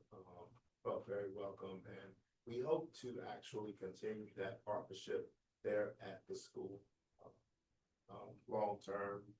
We love our community park, and we of course want to keep working on that. We thank you for the basketball court being completed. And I do have a question. Do you guys know when that will be completed or be available for the summer at all? Should be by the end of the summer. By the end of the summer. Okay. That's great. And is there any more work that you guys will do on the community park in the Northeast community? I don't have any plans right now. Okay. Is there any kind of way that we can kind of all get together maybe in the future to see what we can do as far as fencing and bushes and the benches, maybe we'll put shade or something out there, a couple of things that we kind of want to work on. I saw an article in the paper that said that wasn't really in the budget, so. But not presently, but we can work something out. Yeah, So thanks. that's why I wanted to. Yeah, sure. See in the future, how can we make sure that is? Yeah, just come up, yeah. That's not really asking for a lot, Yeah. but we definitely have some ideas of some things that we can, that we want to genuinely do. Okay. Would that be something that a conversation with the tree board would be fruitful? If they're planning, yeah. Okay. Yeah, sure. Just, it's a little bit more in public comment, that's fine. I'm jumping in the notes there. Okay. We've been meeting with Thelma. Okay, yeah. We revamped the picnic benches. The fence is gonna be done with, Okay, yeah. Word. Yeah. Word out. This is more a project, town project. Does that information normally cycle here, or how do we make sure that that information? is I'd get up with Matt and make sure, just let him know what you're doing, yeah. And what you want to, if you have a plan, and work with the LBCA, but try to, yeah, keep Matt in the loop, please, yeah. Because it is a town park and anything, yeah.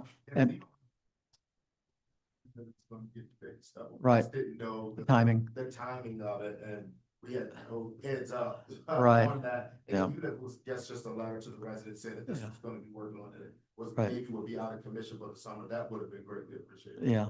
Well, yeah, we're at the mercy of the guy we do paving is, we get a really good deal with him. We're saving a huge amount of money, but he's not available that quick like a big company would be that would charge us 3 times as much. So, yeah. I've just gotten word from somebody listening in on Zoom that the microphone at the podium is not Okay. picking up. Okay. All right. Okay. Not much we can do about that. So for the next people, All right. Thank you. can we check that? Okay. Well, all right. Well, just keep us in the loop. Yeah. Yeah. Okay. All right. Okay. Okay. Okay. Okay. Okay. Thank you, John. All right. Jody.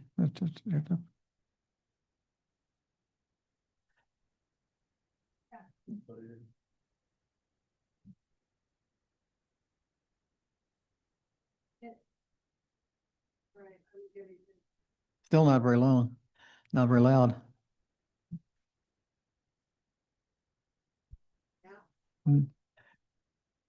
Put your mouth, get right close to it.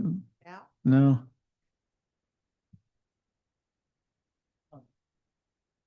I have to be, I was directly into the. Try now. Yeah. We're in. Okay, good.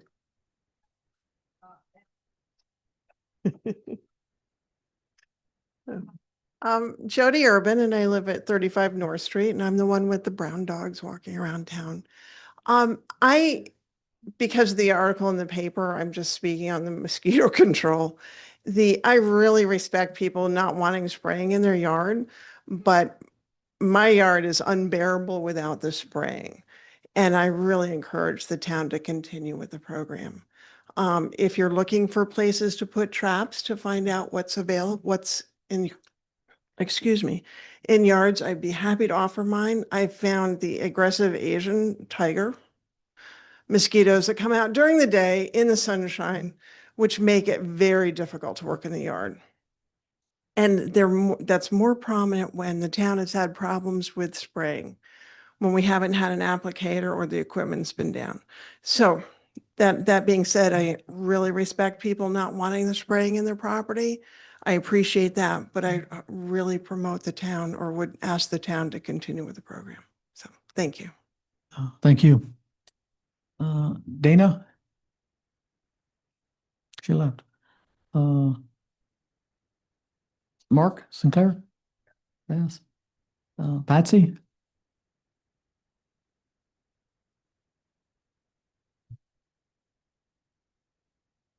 Patsy Feldhausen, 5 Ames Street. Well, hello. I am a little bit flummoxed, I will say, because we had 2 very fine presentations by United Roofing and ANA Air Services and the request for proposal, and no one mentioned the cost for what these particular proposals is going to be. And I felt that that is crucial for anyone living in the community to know, to have that information. Rick, do you have it with you? Not really. Do you know it off the top of your head? Close. Are you willing to share it? Well, the quotes have been in the packet before. And these quotes came out a couple months ago. They've been in the packet these quotes have been given us to months and months ago. You know, these quotes aren't new at all.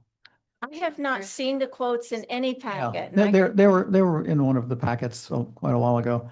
You know, 166. one.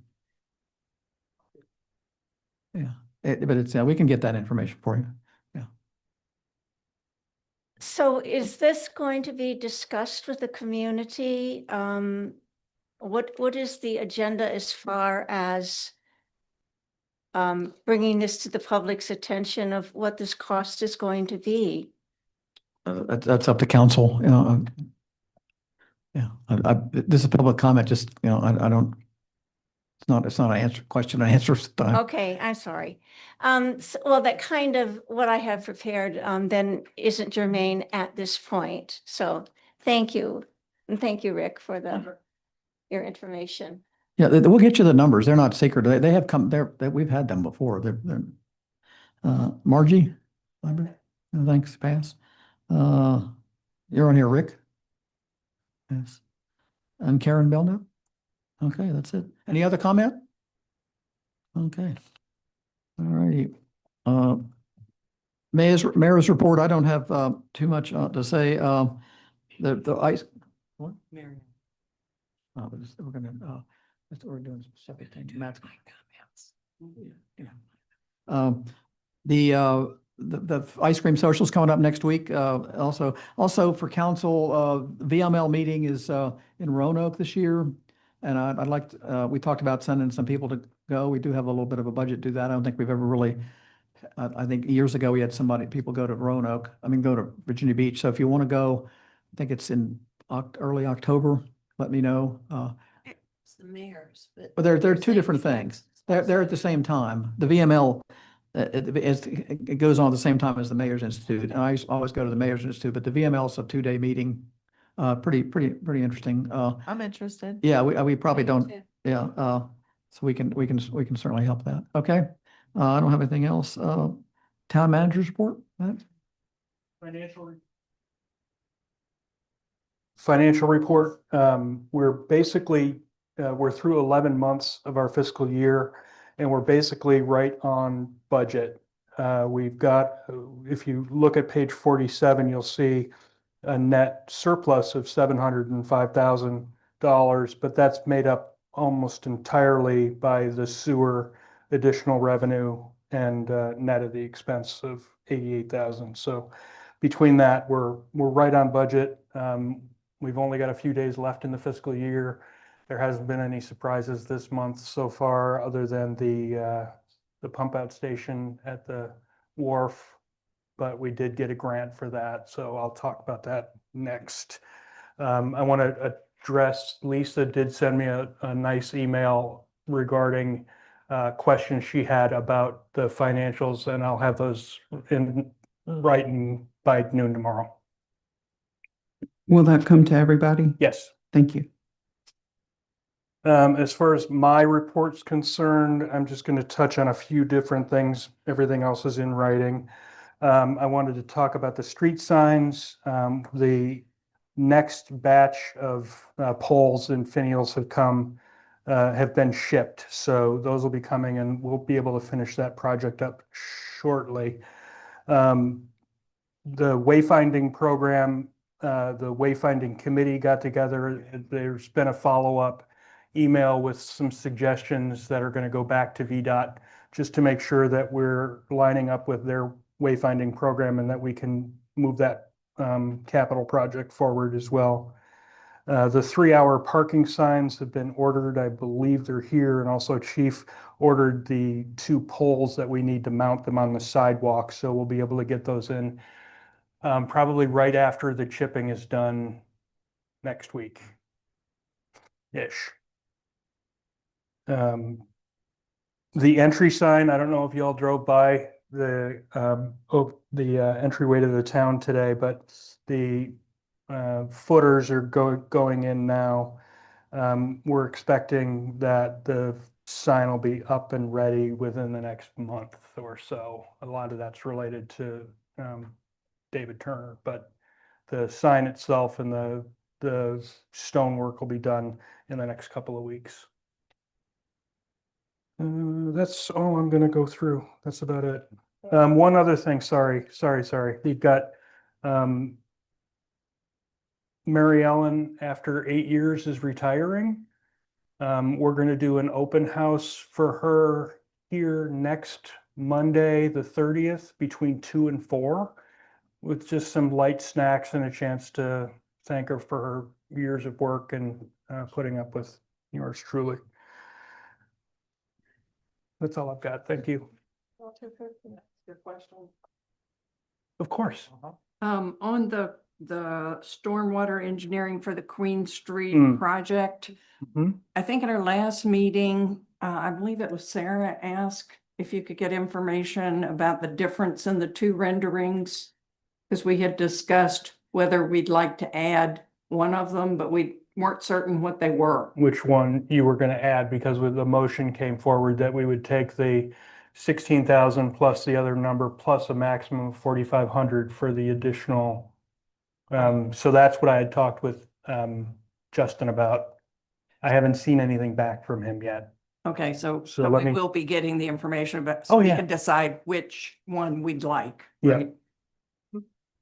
And so, I'm sorry, when we get their plan back, I believe we should probably have another meeting to discuss that Oh, with everyone interested in it. agreed. And that should include whether the east end of Queen Street is one way, and if so, in which direction, or 2-way. Yeah. Yeah. And also you'd sent out an email about a grant or a application that you wanted to submit. Oh, yeah, Where are we at? well, I think you had said that you wanted to discuss it at this meeting. Okay, let's do it. Okay, so there's an opportunity for a grant to help us with the construction costs of the Queen Street project.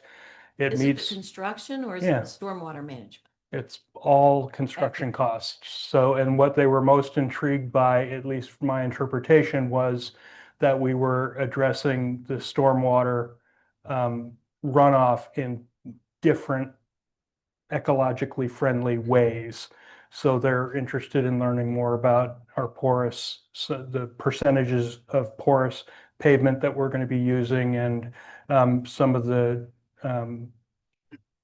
caverns that we're going to use for disbursement rather than just running it straight into the creek. So that's why I applied, was because they expressed interest in those things. Then they turned around and invited us to apply for a final grant, which would give us roughly 50% of the construction costs in grant form, which would be in the $300,000 range if we use all of the porous equipment or all of the porous pavement and whatnot. That obviously runs the cost up. So the grant request is larger than the budget that we have for the project, because we're doing it in two different levels of management. When will we know about this? Well, I haven't applied. You haven't given me permission to do so. You just applied. No, I didn't. I said we did the first application. Now they've invited us to apply for the final. But you, Kind of seems like a no-brainer to me. well, I Apply. I had a question about, I guess since we didn't submit it in the first application, we couldn't also include the HOS improvements for community center. I have two minds on that. One is, of course, we can always submit the application. That's not what they were originally advised of. I also think that we'd be competing with ourselves with our application because it's a competitive grant. And I also think that the school should probably come alongside and write that, because Right. it would be their. So is this to a their matching direct- grant? No, it's just a straight Straight grant, grant. just a grant. So And if it's you based on apply- it's based on the demographics of the county in which we reside. Mm. So that's what bases the percentage of reimbursement on, is based on the Accomack County's demographics. And what is the time frame if you apply? If you say, yes, go ahead, I need to get moving. But how long, when do they tell you? Oh, I don't July have any 18th idea. Or something. Yeah, July? Oh, that July quick? 18th. yeah. Is- July 18th is when it's due. I Oh. don't know what their decision time. Is this a state grant? It's a regional grant, Oh. it's a southern regional Oh, grant. okay, all right. Is it, Wasn't it 50% for us? Would it be It would be- 50% of the whole project? Minimum of 50% of the Uh-huh. whole project. They Is- might have a question on landscaping, but if we use native plantings, does anybody have any problem with him applying? I have a problem if we Yeah. don't apply. Yeah, I do too. Okay, all right. Do you need a You- motion or just Uh, a verbal? no, I No. can just go. We don't have to accept it. All right. Anything else? I had a question about the trees in front of Littleton. I was a little disappointed to hear that. Well, I agree with you. For those who don't know, we have a donor who made a generous offer to put 2 or 3 trees in the sidewalk in front of the Lilliston building and the Welcome Center. It's a deep enough sidewalk, but what I met with VDOT, because these trees would be planted in their right of way, and they refused that. So what would end up happening is we'd have to move up one, if you can picture the 3 blocks of sidewalk that lead from the curb to the building, we would have to move it to the middle block. And I'm not sure there's going to be enough room for a tree canopy between that block and the building.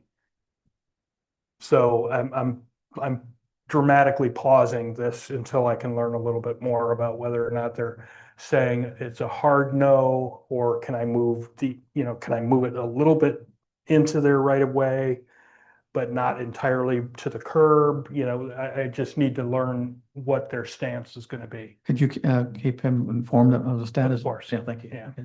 Any other questions about the manager's report? Okay, all right. I can do it later.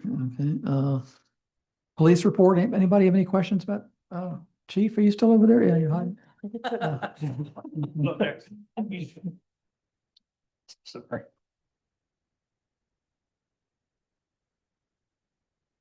I'm not sure if you're aware or not, but we have filled the 5th position. No. Yeah. It's a gentleman, it's a younger gentleman who's currently working for Accomack in the jail. So we are expediting getting him to the academy by June 30th. So we are jumping through hoops and so on, but seems like a very nice gentleman. He's been hired?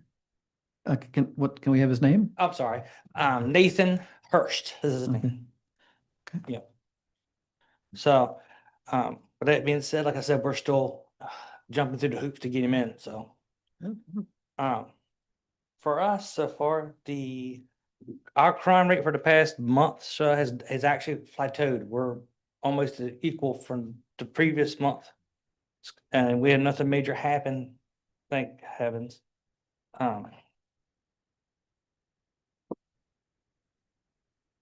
Traffic summonses stayed about the same also. We did put the radar trailer on North Street since the last meeting for a month. Nothing major was picked up as far as speeding there. We've moved, if you've noticed, it's on Market Street now. This morning I had to come to town in my personal vehicle really early. And it was like 5 cars ahead of me and I wouldn't have believed it if I didn't see it. All of a sudden, I'm seeing brakes. Like an accident or a dog, something's up here in front of me. And it was it's a radar trailer. When those lights went off, they were just hitting their brakes, slowing down. I would have never believed it, but it does have an effect. I told. I started a rumor that I told them that if they drive and the lights come on, just taking pictures of them. If you look on the front of it, it's an old little camera in front of it. Yes, so look, so if you see that little blue light come on, took a picture, you should be getting a ticket in the mail. That's pretty cool. And I had that with my mail hat on. For us, everything has pretty much stayed the same. Right now, we're running just me and another officer because of National Guard and vacation and so on, but that's gonna be gone in a week, so hopefully that'll get us straight. But everything for us last month stayed almost status quo for the month before. There's nothing major to report, so unfortunately, I've not had time to talk to the town manager. A new law went into effect about the cameras. We had to pay VDOT $100 per camera, and that's what I'm hoping once. But that went into effect July 1st. So I got to do all kinds of paperwork for that too. Are we getting much benefit from having the cameras? The cameras are a very good deterrent. Okay. Where the cameras are, I won't say this out loud, the crime seems to drop. I will say that. Now, as far as footage, we get a picture of what's happening, but unless I know it's that person, it's hard to see who it is. But at least we get an idea. The last car break-ins we had, we found a path with the cameras, and that did help us, but we could identify them. So they are effective to a point. Do you get license plates? Daytime, yes. Nighttime, Unfortunately, that's when you need. and it is very few systems we look at. Don't discuss that too much. It's very hard, because what happens is if you use a flash, the tags are reflective. So all you see is white. So. What is that? But that's pretty much all I got. Okay, any other questions from? Yeah. All right, thank you, chief. Okay. Okay, town council comments, Omar? Sarah? Yes, I just wanted to echo the opening comments about the loss of the harbor master. And also gratitude to Mary Ellen. I will not be able to be here on Monday, but I want to say here, and I'll talk to her individually, how good it's been to have her as the front face of the town. And I think Hannah's off to a good start. Couple of questions on repairs. What is the timing for the King Street hydrant that had to be whatevered and then the pavement fixed?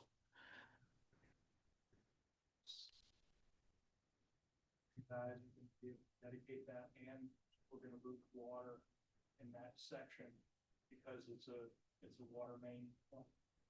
So I'm gonna lose an 8-inch line for, you know, however long it takes to tap that.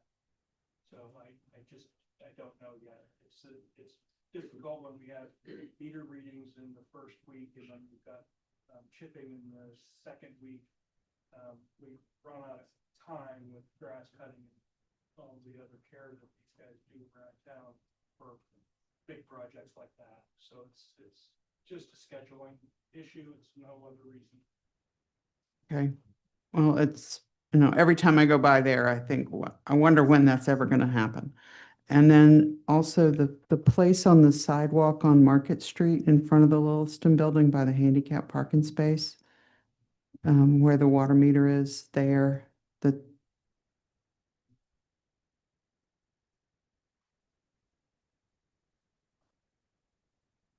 okay, thank you. And there was something else that, I'm sorry, I didn't write it down, and that's what I get for not writing it down. So thank you. Cindy? I just too wanted to echo everyone's thanks to Mary Ellen for her work with the town and wish her a happy and productive retirement. The basketball court in the northeast neighborhood, if it's not done till fall, end of summer. Okay, that's the beginning of fall. Basketball, you know, and the mayor pointed out, you're waiting on a specific paving company that will give us a better price. How much are we talking on this better price? I'm just asking if we can expedite this. It's in the thousands of dollars lower. Well, you're also waiting on our guys to do the work before prep work is not done. We're working on stone. Tomorrow, or is it Wednesday is when we're gonna start putting stone in fire. The base is going in Yeah, tomorrow. base. So then you're It's waiting. Wednesday, I don't think it's tomorrow. Can we come up with an extra 2,000-3,000 to pay the paving company extra and get it done? 2,000 to 3,000. Several $1,000s difference. Can we put light a fire to this guy and get him a little quicker? Yeah, that's, yeah. I'm sorry, I didn't hear what you made. Have a Please service taken before. Yeah, you're not ready to, yeah. So I can't get on this. Well, I think you're pretty aware that we want to expedite this, and you're very aware of that. Yeah, okay.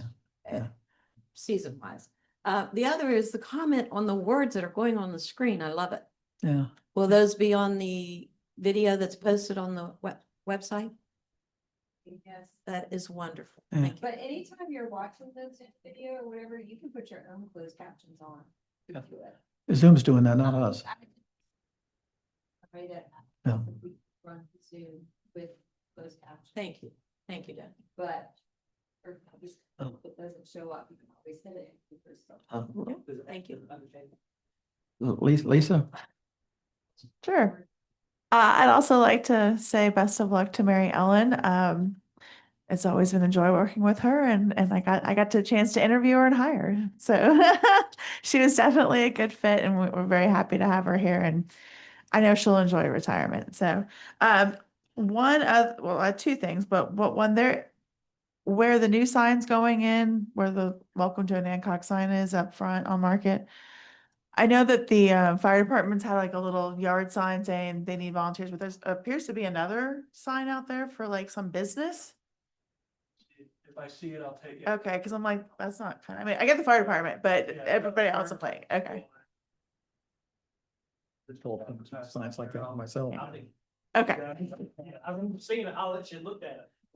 And then I just wanted to say that the Back to Anancock Day that Javon and his friends hosted was absolutely fabulous, and I would encourage everybody to come check it out next year. It was a great event. I saw a lot of people I hadn't seen since I worked here, and I had a blast. So thank you guys. Oh, thank you. I forgot to add, scheduling, how long do you want for the interviews? I got to contact these people. 20 minutes, is that enough? Can we look at what we set last time? I think it was a half hour maybe. Yeah, it's up to you all. And Well, about, how long they took last time? I need to tell people what time to come. I don't want No, to. I understand, but how long did it take you guys last time to to do. I think everybody? there were 30-minute. We were ahead of whatever we had scheduled. Okay. But I don't remember. Minutes should Depends on probably be how many fine. questions each of us have. Let's do 30 minutes and I'll schedule them out. Okay. Okay. Okay. All right. Do we want to, That they'll all be here, and if we're running ahead of time, we can. Yeah, I can tell them to come a little early. I'm just going to talk to them before they leave tonight. Yeah. do we Okay. want to compile our questions so we're not Yes. repeating the same ones or? You can send them around email to us if you want to come up with some questions. Yeah. Yeah. If you have questions, send them around, but let's not reply en masse to them. Okay. Okay. All right. All right. Motion to adjourn. So moved. A second. Second. All in favor? Aye. It's before 9 o'clock. Miracles do happen.